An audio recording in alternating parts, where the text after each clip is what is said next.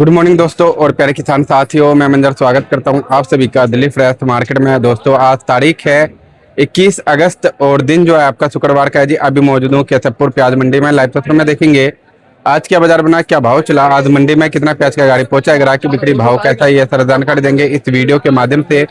तो दोस्तों बने रहेगा वीडियो में। चलते हैं सर के पास, सारा जानकारी देते हैं जी एक एक करके। जो पीछे प्रोडक्शन मार्केटों में क्या माहौल है, वहां के माहौल से यहाँ पे सेल पॉइंटों में क्या फर्क पड़ रहा है जी। यहाँ पे आज दिल्ली केशवपुर मंडी में आवक कैसा है, कल के मुकाबले भाव कैसा है, कल के मुकाबले आवक कैसा है, कल के मुकाबले बिक्री कैसा है, ये सारा जानकारी देंगे इस वीडियो के माध्यम से।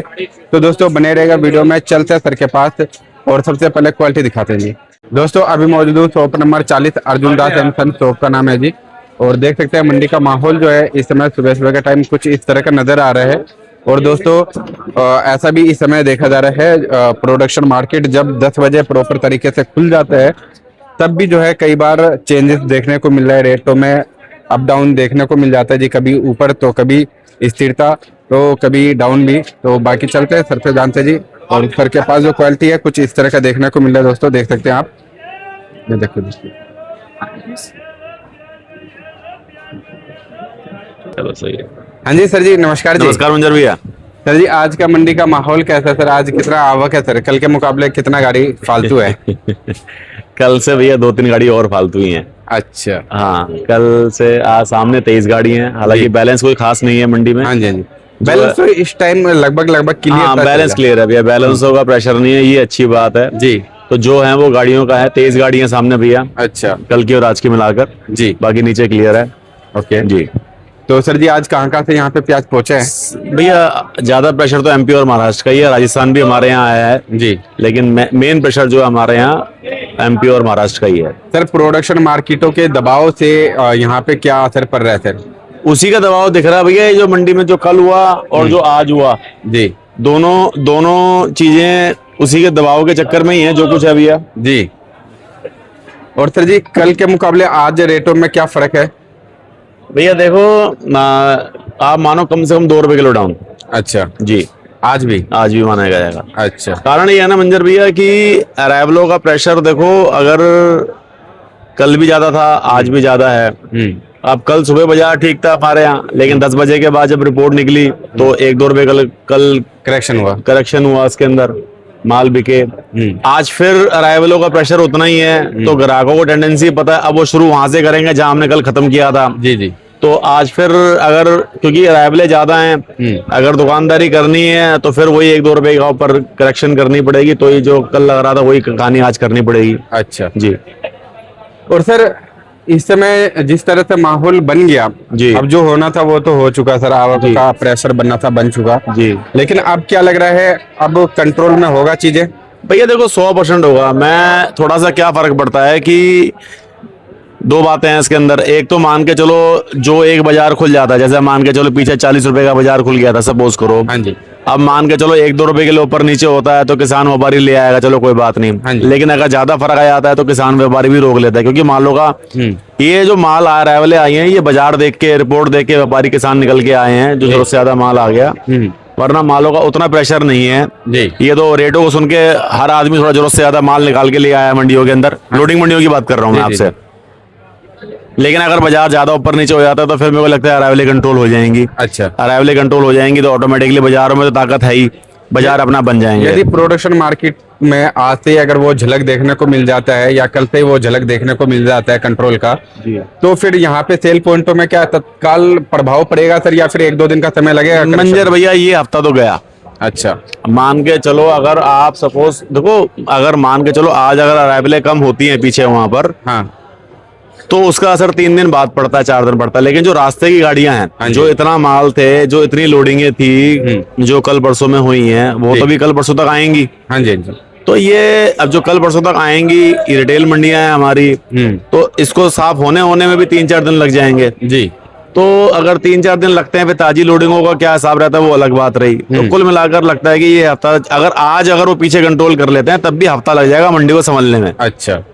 और सर अगर पूरे दिल्ली का अगर पूरे एनसीआर बेल्ट अगर मिला करके अगर सेल का अगर बात करें सेल पॉइंटों में तो कितने गाड़ियों का सेल देखने को मिल जाता है सर यहाँ पे? ये तो क्या आंकड़ा निकलेगा सर? भैया देखो दिल्ली में ऑथराइज 4 मंडियां ही हैं। हाँ। अगर चारों मंडियों की आप एवरेज निकालते हो तो लगभग 80-90 गाड़ी के आसपास। 80-90 गाड़ी का जी। आसपास। अगर कभी फालतू अगर बिक्री हो गया तो वो एक्स्ट्रा मतलब वो अलग चीज है, जनरल जो बाजार है इन चारों मंडियों का वो 80-90 गाड़ी है। अच्छा जी।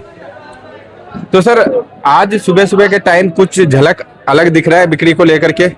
भैया देखो आज वो चसक नहीं है ग्राहक के अंदर, मान के चलो जो एक भूख होती है ना वो नहीं है। कारण ये है कि 2 दिनों में माल ज्यादा आए हैं। हाँ। माल खूब बिके भी हैं, ऐसी बात नहीं है, क्योंकि बैलेंस आपको दिख नहीं रहा। हाँ जी, हाँ जी। तो माल खूब बिके भी हैं, ग्राहकों ने लिया भी है।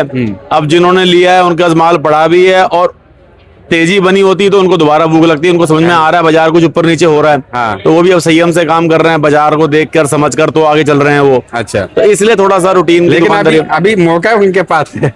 देखो मौका, देखो भाई ये बेचारी तीसरी चेन हो गई। हाँ जी, हाँ जी। मतलब मान के चलो पहले वहां पर, फिर उधर के आड़ती, फिर हम, फिर ये। हाँ जी। अगर मान के चलो यार हर आदमी अपनी गुंजाइश से काम करता है। हाँ। भाई अगर जो 10 कट्टे बेचने वाला वो 20 कट्टे रख लेगा, 30 कट्टे रख लेगा, इससे ज्यादा उसके पास ना व्यवस्था है और ना वो रख पाएगा। जी जी। अब ऑलरेडी उतना तो चल ही रहा है वो। अच्छा। उतना तो चल ही रहा है। कारण ये है कि मान के चलो 50 वाला बाजार 47 का हुआ तब ले लिया, 47 वाला माल 45 का हो गया फिर ले लिया। हाँ। तो उसने दोनों तीनों रेशियो में माल तो लेके रखा ही हुआ है। हाँ जी। तो वो तो है। अब आज की तारीख में ग्राहक निकल के तब आएगा जब या तो माल एक्स्ट्रा सुपर हो या जरूरत से ज्यादा मद्दा हो। अच्छा। तो दोनों चीजें अभी हाल फिलहाल तो नहीं है, तो इसलिए अभी नहीं, ग्राहकों में उतनी वो नहीं है। जी। बाकी निकलेगा ग्राहक तो खैर रूटीन की दुकानदारी तो होनी है। हाँ जी, हाँ जी जी। जो डेली बेसिस पे होता जो है। डेली बेसिस पे होता है। तो सर ये अपने पास का जो नासिक गाड़ी है लगा भैया।